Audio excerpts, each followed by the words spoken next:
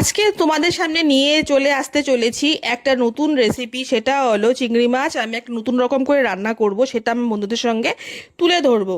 Hello friends, চলে আসলাম নতুন একটা ভিডিও নিয়ে। আমার নাম বিপাশা সাহা। ফ্রেন্ডস, আজকে চিংড়ি মাছ রান্না করেছি। কিভাবে রান্না করলাম সেই রেসিপিটা আমার বন্ধুদের সঙ্গে তুলে ধরতে চলেছি। এখন দেখো, ঈশান একটা কোক এনেছে, ডায়েট কোক। আমি খেতে খুব ভালোবাসি, মাঝে মাঝে আমি খাই। এটা আমার জন্য নিয়ে এসেছি। আমি ভাবলাম যে বসে একটু খেয়ে নিই, তারপর রান্নাটা বসাবো। আর ডায়েট কোকটা সব থেকে ভালো কি, এটাতে নো সুগার, কোনো চিনি নেই। মাঝে মাঝে কিন্তু আমরা এরকমভাবে খেতেই পারি, কম কম খেলে তো কোনো অসুবিধে নেই। যাই হোক ফ্রেন্ডস, আমার ভালো লাগে সেটা তোমাদের সঙ্গে শেয়ার করলাম।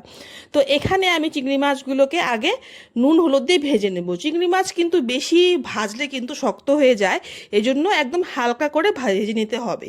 আর হালকা করে ভাজলে কি হয়, একটু সফট থাকে, খেতে ভালো লাগে। তো আমি ফোড়নে দিয়ে দিলাম শুকনো লঙ্কা, তেজপাতা, গোটা গরম মশলা।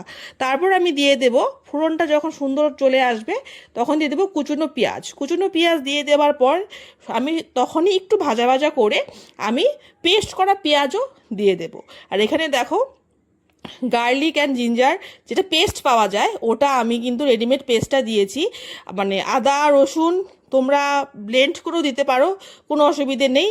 আমি চট জলদি হওয়ার জন্য ঘরে ছিল, সেটা ইউজ করে ফেলেছি।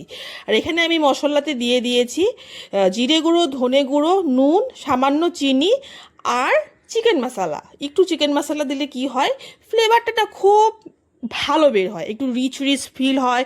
একটু যে গরম মশলা, পেঁয়াজ আর চিকেন মশলা আর সমস্ত কিছু মিশিয়ে না একটা অদ্ভুত ধরনেরই একটা তৃপ্তিদায়ক একটা ফ্লেভার বের হয়। একবার তোমরা এভাবে রান্না করে খেয়ে দেখো ফ্রেন্ডস, জাস্ট ওয়াও। চিংড়ি মাছ তো অনেক অনেক রকমভাবে রান্না করতে পারি। তো এরকম ছোট চিংড়ি মাছ যখন ঘরে থাকে, অনেক সময় ফ্রিজে থাকে, ছোটো যে চিংড়ি মাছ দিয়ে কিন্তু আমরা এভাবে সুন্দর করে রান্না করে খেতেই পারি। তো আমি কিন্তু এখানে কিন্তু আলু দিয়ে দিয়েছি। আলু দিয়ে ভালো করে কষিয়ে নিয়ে আমি চিংড়ি মাছগুলোকে দিয়ে দিলাম। চিংড়ি মাছগুলোকে এই জন্য একটু আগে দিলাম, যখন কষাবো, যেহেতু আমি কম ভেজেছি, যখন কষাবো তখন মশলাগুলো চিংড়ি মাছের ভেতরে ঢুকবে। এখন আমি ফোটানো জল, মানে উষ্ণ জল আর কি, খুব ফুটাইনি, গরম জল দিয়ে দিয়েছি। গরম জল দিলে কিন্তু খুব টেস্ট হয় রান্নাটা খেতে। আর এখানে দেখো মা এঁচোড় কেটেই চলছে, কাটার শেষ হচ্ছে না। তো এটা কালকে রান্না করব, আজকে কেটে রাখা হচ্ছে। তো যাই হোক ফ্রেন্ডস, এখন আমার দেখো আমি নামানোর আগে কাঁচা লঙ্কা দিয়ে দিয়েছি। একদম কষিয়ে রান্না করতে হবে, কষা কষা করে খেতে